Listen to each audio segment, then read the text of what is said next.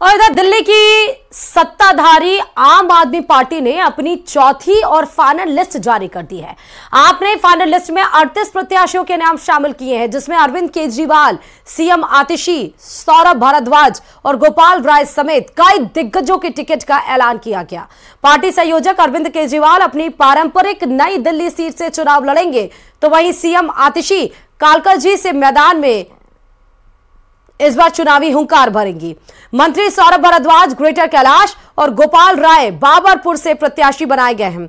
आपकी आखिरी सूची में ज्यादातर उन प्रत्याशियों के नाम हैं जिन्होंने 2020 का विधानसभा चुनाव जीता था, यानी कि पार्टी ने अपने मौजूदा विधायकों पर ज्यादा भरोसा जताया है। जबकि सीएम आतिशी कैबिनेट के मंत्रियों सौरभ भारद्वाज, इमरान हुसैन, गोपाल राय और मुकेश कुमार अहलावत का टिकट दोहराया है। इसके अलावा आपने पार्टी के बड़े चेहरों में से सोमनाथ भारती, दुर्गेश पाठक और अमानतुल्लाह खां पर भी भरोसा जताया। इस तरह से आम आदमी पार्टी ने दिल्ली की सभी 70 विधानसभा सीटों पर प्रत्याशी उतार दिए हैं। दिल्ली में इतनी दहशत। आम आदमी पार्टी की फाइनल लिस्ट जारी होते ही नई दिल्ली विधानसभा सीट तस्वीर साफ हो गई है। इस बार नई दिल्ली सीट पर मुकाबला त्रिकोणीय हो सकता है। इस सीट पर आम आदमी पार्टी की तरफ से केजरीवाल तो कांग्रेस की तरफ से संदीप दीक्षित को टिकट मिल गया है। वहीं बीजेपी की ओर से पूर्व सांसद प्रवेश वर्मा ने अपनी दावेदारी पेश कर दी। अगर बीजेपी उनका टिकट फाइनल करती है तो इस सीट पर दिल्ली के पूर्व सीएम अरविंद केजरीवाल का मुकाबला 2 पूर्व सीएम के बेटों से होगा। प्रवेश वर्मा दिल्ली के पूर्व मुख्यमंत्री साहिब सिंह वर्मा के बेटे हैं। वहीं संदीप दीक्षित अपनी मां शीला दीक्षित के नाम पर वोट मांगेंगे। गठबंधन का तो कभी सवाल ही नहीं था। ये तो खुद ही शगुफा आम आदमी पार्टी बीच में छोड़ती रहती थी, क्योंकि उनको डर ये था कि अगर वो अकेले लड़ेंगे तो शर्तिया हार जाएंगे। इसलिए इस हार जो उनके सामने खड़ी हुई, इससे बचने के लिए ये कोशिश कर रहे थे कि कुछ गठबंधन हो, और अच्छा हुआ गठबंधन नहीं हुआ।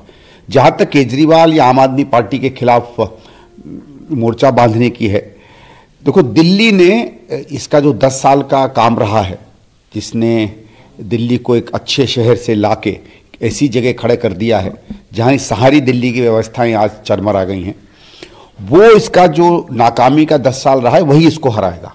हमारा अब काम या हमारा कर्तव्य ये रहेगा या हमारी रणनीति ये रहेगी कि इससे जो निराश और नाराज जो वोटर है वो हमारी तरह आकर्षित हो। इधर रोहिंग्याओं के मुद्दे पर दिल्ली की मुख्यमंत्री आतिशी ने केंद्रीय गृह मंत्री अमित शाह को चिट्ठी लिखी है, जिसमें उन्होंने दिल्ली में रोहिंग्याओं को बसाने का मुद्दा उठाया। सीएम आतिशी ने प्रेस कॉन्फ्रेंस कर आरोप लगाया कि केंद्र सरकार ने बिना किसी जानकारी के दिल्ली में बड़ी संख्या में अवैध रोहिंग्या शरणार्थियों को बसाया।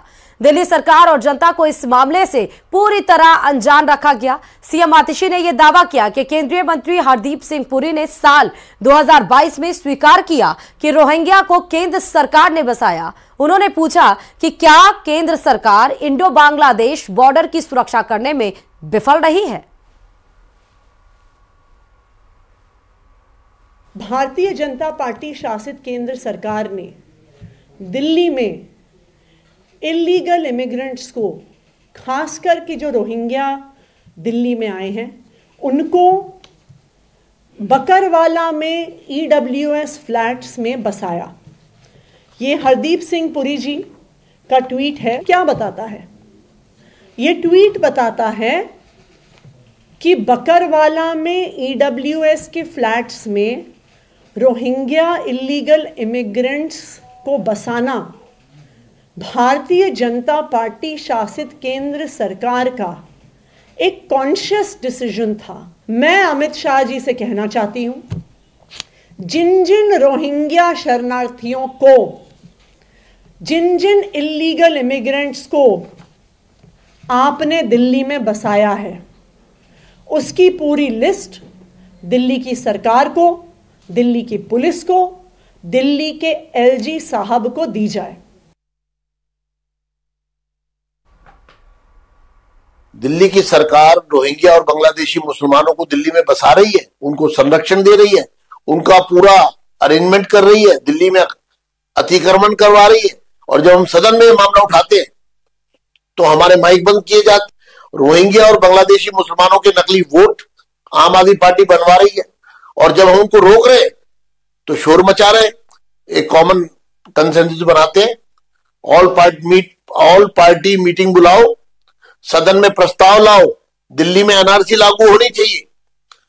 केजरीवाल जी, दिल्ली में एनआरसी लागू करो, ऐसे लोगों को आइडेंटिफाई करो और इनको डिपोर्ट करो। और चलिए खबरों में आगे बढ़ते हुए सीधे आपको उत्तर प्रदेश के बुलंदशहर से खबर बताते हैं, जहां पर दलित पुलिस कर्मी की घुड़चढ़ी के दौरान गांव के कुछ दबंगों ने पथराव कर दिया और दलित दूल्हे को घोड़े से नीचे गिरा दिया। दबंग इतने पर ही नहीं रुके, उन्होंने शादी में मौजूद डीजे में तोड़फोड़ की और महिलाओं के साथ भी बदतमीजी की। पीड़ित परिवार की शिकायत पर पुलिस ने 5 आरोपियों को गिरफ्तार कर लिया, जबकि एक अन्य आरोपी अभी भी फरार है, जिसकी तलाश जारी है। तो शादी में मौजूद डीजे पर ये सारा मसला हुआ है। पुलिस ने 5 आरोपियों को गिरफ्तार कर लिया।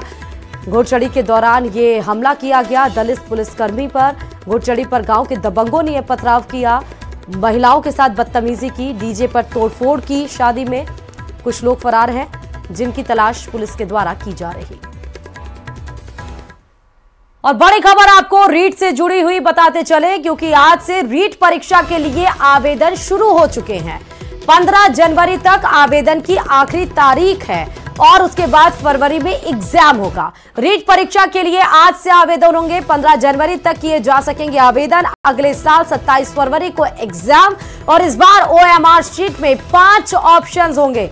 लास्ट डेट के 43 दिन के बाद ही एग्जाम होगा, यानी कि 15 अगर जनवरी बताई जा रही है, उसके बाद जो डेट बताया जा रहा है वो आवेदन के लास्ट डेट के बाद से एग्जाम 43 दिन के बाद होगा। दोनों लेवल के लिए अलग अलग पारी में एग्जाम कराए जाएंगे।